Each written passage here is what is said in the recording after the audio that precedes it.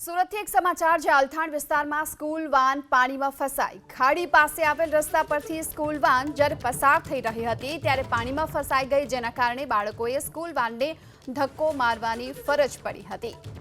સુરતમાં અલથાણ વિસ્તારમાં school van પાણીમાં ફસાઈ હોવાની ઘટના બની છે। ખાડી પાસે આવેલા રસ્તા પરથી સ્કૂલ વાન જ્યારે પસાર થઈ તો એ દરમિયાન ત્યાં પાણીમાં ફસાઈ હતી। આથી સ્કૂલ વાનને ધક્કો મારવા માટે વિદ્યાર્થીઓને ફરજ પડી હતી। જે દ્રશ્યો પણ અહીં સામે આવી રહ્યા છે। આ સ્કૂલ વાન જ્યારે આ પાણી ભરાયેલા રસ્તામાં ફસાઈ ગઈ હતી એ દરમિયાન આ સ્કૂલ વાનને ધક્કો પણ મારવો પડ્યો। વિદ્યાર્થીઓએ પણ આ સ્કૂલ વાનને ધક્કો માર્યો હતો।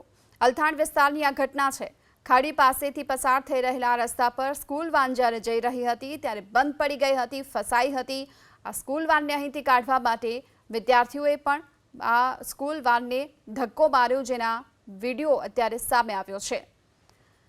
તો ખાડી પાસે આવેલ રસ્તા પરથી સ્કૂલ વાન જ્યારે પસાર થઈ રહી હતી ત્યારે પાણીમાં ફસાઈ। વધુ વિગતો મેળવીએ સંવાદદાતા ધનરાજ બાકલે આપણી સાથે જોડાઈ ચૂક્યા છે। ધનરાજ, વિડીયો સામે આવી રહ્યો છે, વિદ્યાર્થીઓ આ સ્કૂલ વાનને ધક્કો મારતા જોવા મળી રહ્યા છે। વિડીયોને લઈને શું વિગતો સામે આવી રહી છે? જી બિલકુલ, અલથાણ વિસ્તારના વિડીયો છે ને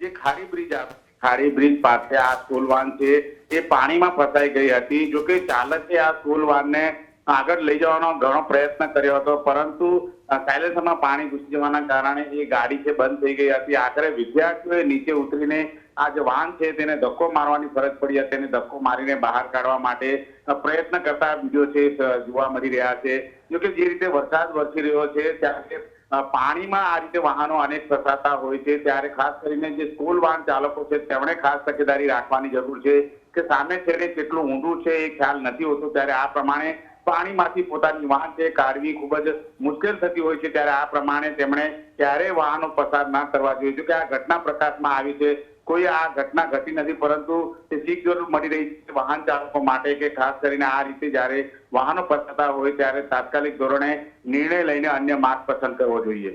જી આભાર આપનો આ સમગ્ર માહિતી બદલ। તો અહીં પાણી ભરાયેલા હતા છતાં પણ અહીં આ સ્કૂલ વાનને પસાર કરવાના પ્રયત્ન કરવામાં આવ્યા। સ્કૂલ વાન ફસાઈ, અંતે વિદ્યાર્થીઓએ ધક્કો મારી આ સ્કૂલ વાનને બહાર કાઢી।